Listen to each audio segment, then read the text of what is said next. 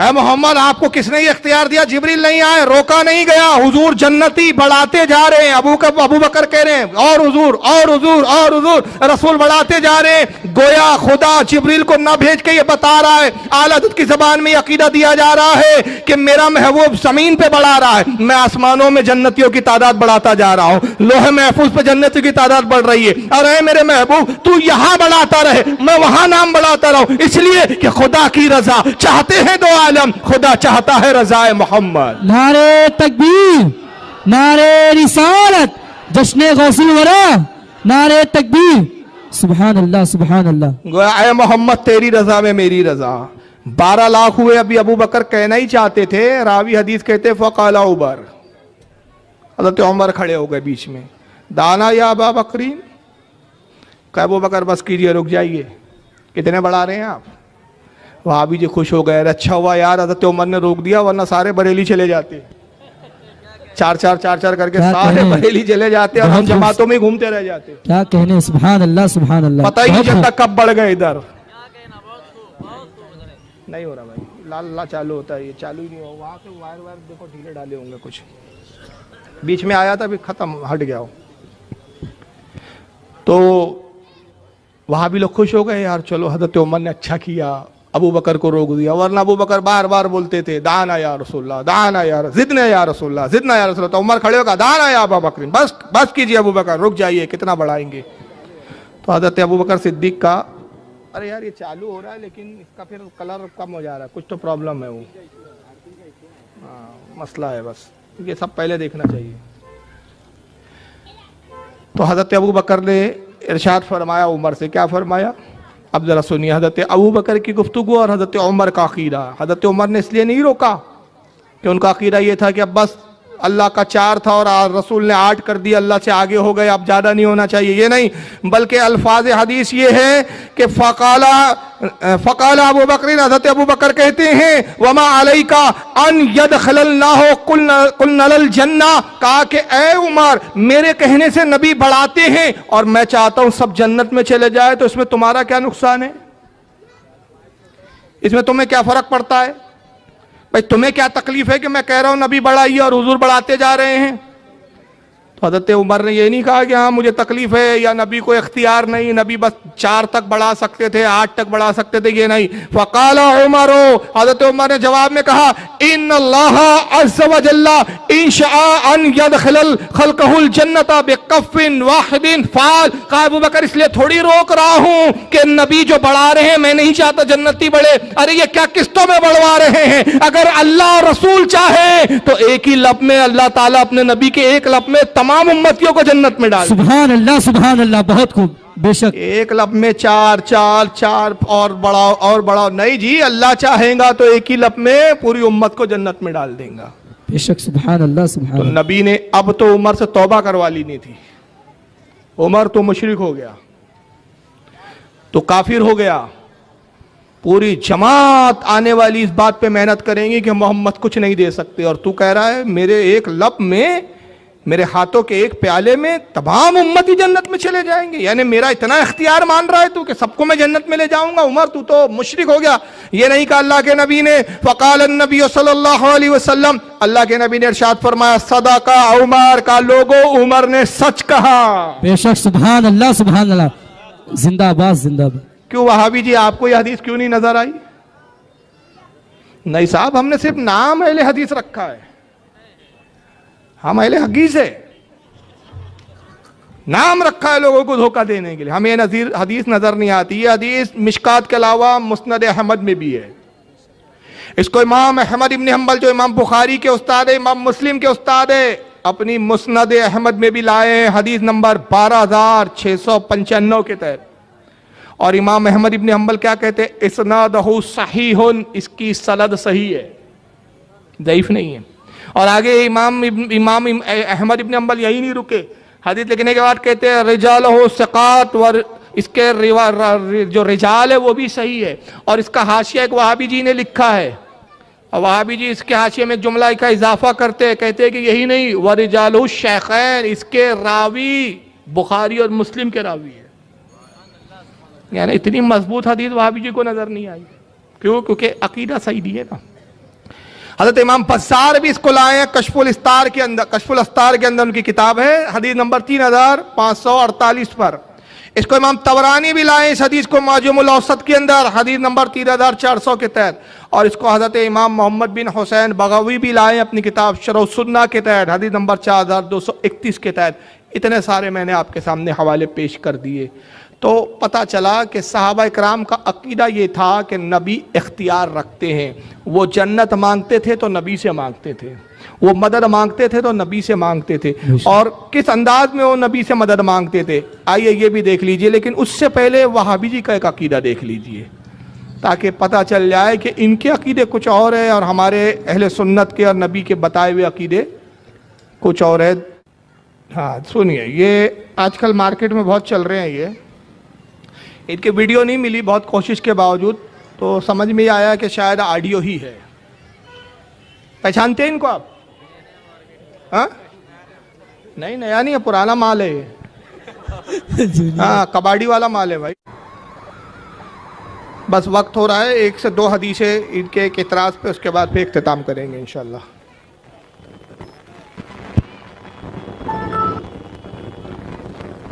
یہ جو ہے نئے صاحب نہیں ہے, ان صاحب کا نام ہے مولانا طارق مسعود, پاکستان کے ہے یہ. ذرا سنیے کیا کہتے ہیں. لیکن یہاں اگر آپ نے کہا یا رسول اللہ میری کشتی کو پار لگا دے, ایسا آدمی مرتد ہے, کافر ہے پکا. بالکل اس میں اور ہندوؤں میں کوئی فرق نہیں ہے. 360 بتوں کے سامنے جھکنے والا, گائے کا پیشاب پینے والا, اور ایک ایسے موقع پہ یا رسول اللہ مدد کا نعرہ لگانے والا, دونوں گندے پلید نجس جن کا مسجد حرام میں داخلہ منع. کیا کہتے ہیں مولوی صاحب؟ اگر آپ نے یہ کہا یا رسول اللہ میری کشتی کو پار لگا لیجئے, تو آپ ایسے کافر و مشرک ہو گئے کہ 365 بتوں کو پوجنے والا, گائے کا پیشاب پینے والا, بتوں کے سامنے سجدہ کرنے والا, آپ میں اور اس میں کوئی فرق نہیں ہے. اور آپ ایسے نجیس ہے کہ آپ کا مسجد حرام میں داخلہ بھی منع ممنوع ہے. مسجد حرام میں بھی آپ داخل نہیں ہو سکتے, اتنے بڑے آپ کافر ہیں. اب بتائیے, نبی سے مدد مانگنے کو گائے کا پیشاب پینے والے کی کیٹیگری میں لا کے رکھ دیا گیا, نبی سے مدد مانگنے والے کو بتوں سے پوجنے والے پجاری کو اور اس کی کیٹیگری میں لا کے رکھ دیا. اور امت ان پاخنڈیوں کے چھبے اور دستار دیکھ کر سمجھنے لگی مولانا جھوٹ نہیں بول رہے, تو انہوں نے کہنا شروع کر دیا نہیں بس مانگنا اللہ سے مانگو, نبی سے مانگنا جائز نہیں, نبی کا وسیلہ جائز نہیں. نتیجہ کیا ہوا کہ جو اللہ کی مدد, اللہ کی رحمت ملنے کا ذریعہ رسول کی ذات تھی, وہ خود آپ نے درمیان میں سے ہٹا لی. نتیجہ یہ ہوا کہ مصیبتیں, عذابات, فتنے آپ پر نازل ہوئے. کیا صحابہ اکرام کا یہی معاملہ تھا؟ جی نہیں. آئیے میں ایک حدیث آپ کے سامنے پیش کرتا ہوں. یہ حدیث پاک صحیح بخاری, امام بخاری نے لکھا ہے اس کو ادب المفرد کے اندر, ان کی حدیث کی کتاب ہے ادب المفرد. اسکرین بند ہو گیا ورنہ میں اسکرین آپ کو حدیث دکھا بھی دیتا. امام بخاری نے ادب المفرد میں باب قائم کیا, باب کا نام ہے ما یقول الرجل اذا خدرت رجلہ. کہتے ہیں کہ کیا کہے وہ شخص جس کا پیر سن ہو جائے. پیر سن ہونا ایک بیماری ہوتی ہے جس میں پیر سن ہو جاتا ہے, اس میں کیل چبائے, آپ سوئی چبائے, جس کو مرض ہو جائے اس کو احساس بھی نہیں ہوتا اس کا. تو امام بخاری ایک باب قائم کرتے اپنی کتاب ادب المفرد کے اندر حدیث نمبر 964 کے تحت, اور کہتے ہیں کہ وہ شخص جس کا پیر سن ہو جائے, چلنے پھرنے سے معذور ہو جائے, اس شخص کو کیا علاج کرانا چاہیے. اس کے تحت حدیث لا کے کہتے ہیں کہ حدثنا ابو نعیم, حدیث بیان کی ہم سے ابو نعیم نے, قال حدثنا سفیان, و حضرت سفیان نے ان سے حدیث بیان کیا, نبی اسحاق, انہوں نے ابی اسحاق سے روایت کیا, عن عبد الرحمن بن سعد, وہ عبد الرحمن بن سعد سے روایت کرتے. عبد الرحمن بن سعد کہتے ہیں قال خدیرت رجل ابن عمر, کہتے ہیں کہ عبداللہ ابن عمر کا پیر سن ہو گیا. یہ فاروق اعظم کے صاحبزادے ہیں, جلیل و قدر صحابی ہے, خلیفہ دوم کے شہزادے, حضور کے ساتھ کئی غزوات میں شریک رہے, حدیث کے بہت بڑے راوی عبداللہ ابن عمر. کہتے ہیں کہ عبداللہ ابن عمر کا, صحابی رسول عبداللہ ابن عمر کا پیر سن ہو گیا, بہت علاج کرایا, کوئی فائدہ نہیں ہوا ان کے پیر کو. فقال لہو رجل، ایک شخص ان کے پاس آئے، وہ بھی صحابی ہی تھے کیونکہ دور پورا صحابی کا ہے. وہ شخص حضرت عبداللہ ابن عمر کے پاس آئے اور آ کے ان سے کہا اذکر احب الناس الیکا، کہا کہ اس کا علاج یہ ہے، جو آپ کا پیر سن ہو گیا ہے اس سے آپ پکاریں، اس سے آپ مدد مانگے جس سے آپ سب سے زیادہ محبت کرتے ہیں. سبحان اللہ، بے شک، بہت خوب. یعنی انہوں نے اشارہ کر دیا کہ آپ سب سے زیادہ محبت کس سے کرتے ہیں؟ بولو صحابی سب سے زیادہ کس سے محبت کرتا تھا بھائی؟ اور رسول سے. گویا انہوں نے کہہ دیا کہ جس ذات سے آپ سب سے زیادہ محبت کرتے ہیں اس کو مدد کے لیے آپ کیوں نہیں پکارتے؟ تو انہوں نے جب اشارہ کیا فقال یا محمد یا محمد یا محمد، تو انہوں نے وہیں بیٹھے بیٹھے پکارنا شروع کیا، یا محمد، اے محمد مدد کیجئے، یا محمد مدد کیجئے. کیونکہ لفظ یا جب آتا ہے نا تو یہاں استعانت کے لیے آتا ہے، جس کے معنی ہوتے اے محمد مدد کیجئے، اے محمد مدد کیجئے. اس حدیث کو امام طبرانی نے بھی لکھا ہے. امام بخاری تو اتنی حدیث لکھ کے رک گئے، مگر امام طبرانی، امام حاکم، یہ تمام محدثین کہتے ہیں کہ جب انہوں نے پکارا ایسا پیر صحیح ہوا جیسے کبھی سن ہوا ہی نہیں تھا. اور وابی جی کہتے ہیں یا رسول اللہ میری کشتی کو پار لگا دو. کہنے والا کون ہے؟ پکا مشرک، پکا کافر، گائے کا پیشاب پینے والا، اور بتوں کے سامنے 360 بتوں کے سامنے پوجنے والا، جھکنے والا، اس میں اور اس میں کوئی فرق نہیں. اس کا مسجد حرام میں بھی داخلہ منع. بتائیے کس کے عقیدے کو ہم قبول کریں گے؟ کس کو مانیں گے ہم بھائی؟ وہابیوں کے عقیدے کو مانیں کہ رسول کے اور صحابہ کے عقیدے کو مانیں گے؟ آج جو تکلیفیں ہیں نا، اگر اس سے نجات چاہتے ہو اولیاء کا وسیلہ لینا پڑے گا آپ کو، بے شک، رسول کے وسیلے سے دعائیں کرنی پڑیں گی، تب تم اس مصیبت کو ٹال سکتے. یہی صحابہ کا عمل تھا. جنگ یرموک واقع ہوئی فاروق اعظم کے زمانے میں. جنگ یرموک فاروق اعظم کے زمانے میں یہ ہوئی. امام واقدی، جن کا پورا نام محمد بن عمر واقدی، 207 ہجری میں ان کا انتقال ہوا. طب تابعی جلیل القدر. لکھنے والا بریلی کا مولوی نہیں ہے، کون لکھ رہا ہے؟ طب تابعی، اپنے وقت کے محدث اور امام ہے امام واقدی. فتح الشام کتاب لکھی 3 جلدوں میں. روم فتح کرنے ایک فوج بھیجی فاروق اعظم نے اپنے دور میں. خالد ابن ولید کو اس کا سپہ سالار بنایا. جب یہ فوج پہنچ گئی روم، رسول اللہ کے وصال کو ایک زمانہ ہو گیا. دور خلافت ابو بکر ختم ہو چکا، فاروق اعظم کا بھی خلافت کا آدھے سے زیادہ دور ختم ہو چکا. روم فتح کرنے کے گئے صحابہ اکرام، اناج ختم ہو گیا اتفاق سے. جنگ اتنی لمبی ہوئی، اناج ختم ہو گیا. تو خالد ابن ولید نے ایک صحابی کو بلایا جن کا نام تھا شرجیل بالحسنہ، جلیل القدر صحابی تھے. ان سے کہا کہ 100 بہترین جرنل لو اپنے ساتھ، گھوڑوں پہ سوار ہو جاؤ 100 لوگوں کو لے کر، اور قریب کے کسی گاؤں میں جاؤ، دیکھو وہاں اناج ملے تو جتنا اناج خرید کے لا سکتے ہو لے آؤ.